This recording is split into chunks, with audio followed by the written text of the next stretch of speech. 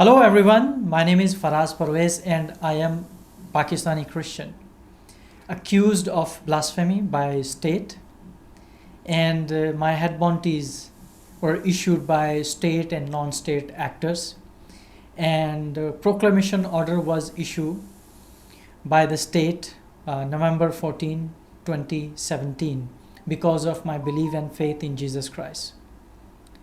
On the morning of September 23rd, 2013, while I was in prison, arrested under false charges by FIA, Pakistan Federal Investigation Agency of Pakistan, who sought to silence my Christian ministry.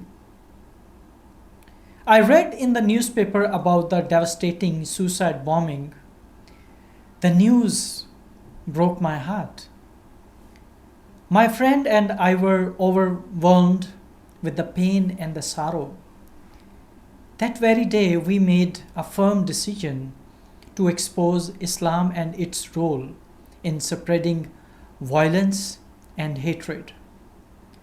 Christians living in Peshawar, Pakistan, are counting to heal in the wake of the September bombing All Saints Church. Many are still from the physical, mental, and emotional scars left by the bombing. Pakistan continues to be among the most religious hostile countries in the world. Religious minorities, including Christians, are often targeted by the extremist groups because they are perceived as a foreigner, aliens its own land. Blasphemy laws, forced conversion, forced marriages, and social discrimination only name a couple of very serious issue faced by Christian population of Pakistan. On September 22nd, 2013, the historical All Saints Church in Peshawar, Pakistan, became the site of one of the deadliest Taliban attack on Christians. A twin suicide bombing carried out by militants linked to Tehreek-e-Taliban Pakistan (TTP) claimed the lives of at least 127 Christians and left over 250 injured, shattering a sanctuary that had stood as a symbol of interfaith harmony since 1883. A calculated atrocity, the assault occurred just after Sunday service, as approximately 600 Christian worshippers gathered on the church front lawn for after-service meal. The two suicide bombers, each carrying 6 kilograms of explosive in their suicide vest or jacket, approached the church in Peshawar Kohati Gate area, a sensitive locality home of multiple churches.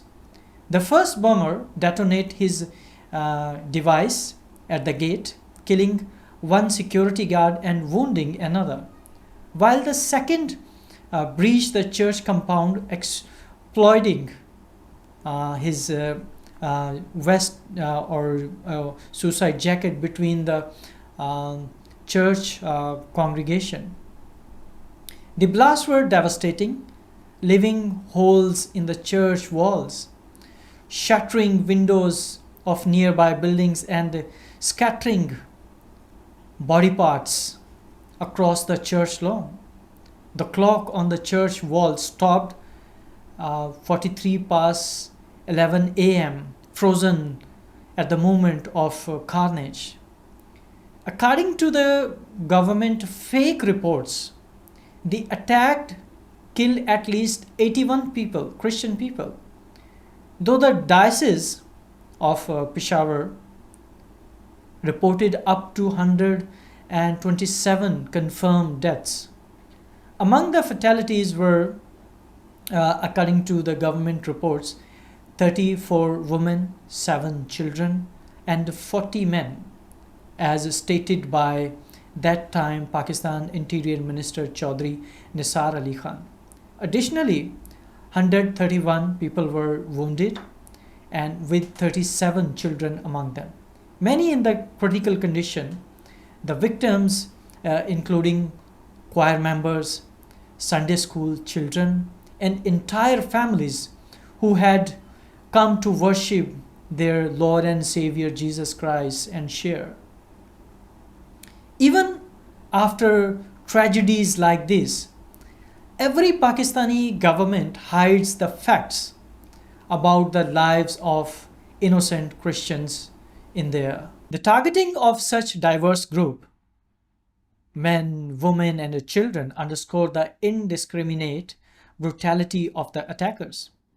Perpetrators and their motives, the Islamist group Jandula, linked to the TTP, Tehreek Taliban Pakistan, claimed responsibility for the attack, declaring the Christians and the other non-Muslims were the enemies of Islam. This is what they learn from their religion teaching that Quran teaches them. If you read Quran 551, that clearly mention that who we are, we Christian and the Jews. They justify the massacre as the retaliation for the US drone strike in Pakistan tribal region, asserting that targeting Pakistani Christian would cause the pain to United States of America, conflating local Christians with the Western nation in the perverse ideology leap. The TTP, Tehreek Taliban Pakistan, however, denied the involvement, claiming their affiliate was Jandula Hafza, not Jandula. These two names are very similar.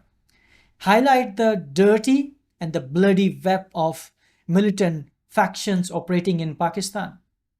Regardless of the group precise identity, the attack was deliberate assault on the vulnerable Christian, exploiting their faith as a pretext for the violence. A pattern of persecution and All Saints Church bombing was not an isolated incident, but the part of broader pattern of the violence against Pakistani Christian minority, who constitute just 1 or 2% of country's 180 million population in 2013.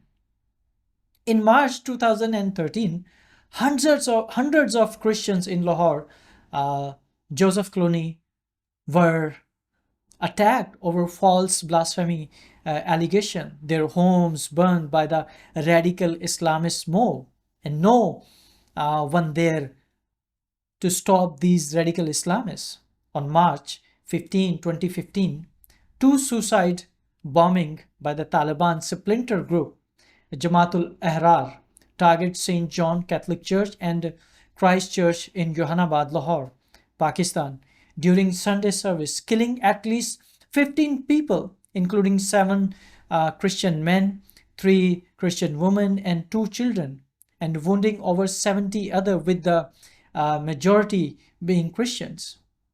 On March 27, 2016, a suicide bombing by Taliban splinter group Jamaatul Ahrar target Christians celebrating Easter at Gulshan-e-Iqbal Park in Lahore, Pakistan, killing at least 75 Christian people, including 29 children, 7 women, 34 men, and wounding over 340 others, with the majority of the victims being women and children. Another attack on December 17, 2017, 2 suicide bombers from the Islamic State attacked a Bethel Memorial Methodist Church in Quetta, Pakistan during a Sunday service, killing at least 9 people, including 4 women, 1 child, and wounding over 50 others, with at least 5 women and 2 children among the brutally injured. The government of Pakistan has consistently failed to protect Christian minority, as evidenced by the horrific All Saints Church bombing in Peshawar on September 22, 2013, and subsequent attacks like 2015 Jahanabad church bombings, the 2016 Lahore Easter bombing, and the 2017 Quetta church attack, which collectively killed over 180 Christians, including women and children, and wounding hundreds more. Despite Pakistan's constitutional guarantees of religious freedom, the state inability to curb extremist groups like Tehreek-e-Taliban Pakistan, Jamaatul Ahrar, and Islamic State, coupled with the inadequate security at vulnerable sites like churches and parks, reflects a systematic neglect of minority safety. The use of blasphemy laws, forced conversion, and social discrimination further exacerbate the plight of Christians who face relentless persecution in the nation, ranked among the most religious hostile. The government tepid response, marked by the uh, insufficient investigation, failure to dismantle militant network, and lack of accountability for the security labs, underscore profound failure to uphold its duty to protect all citizens, living Christians to bear the enduring physical, mental, and emotional scars of unchecked violence. I thank you all.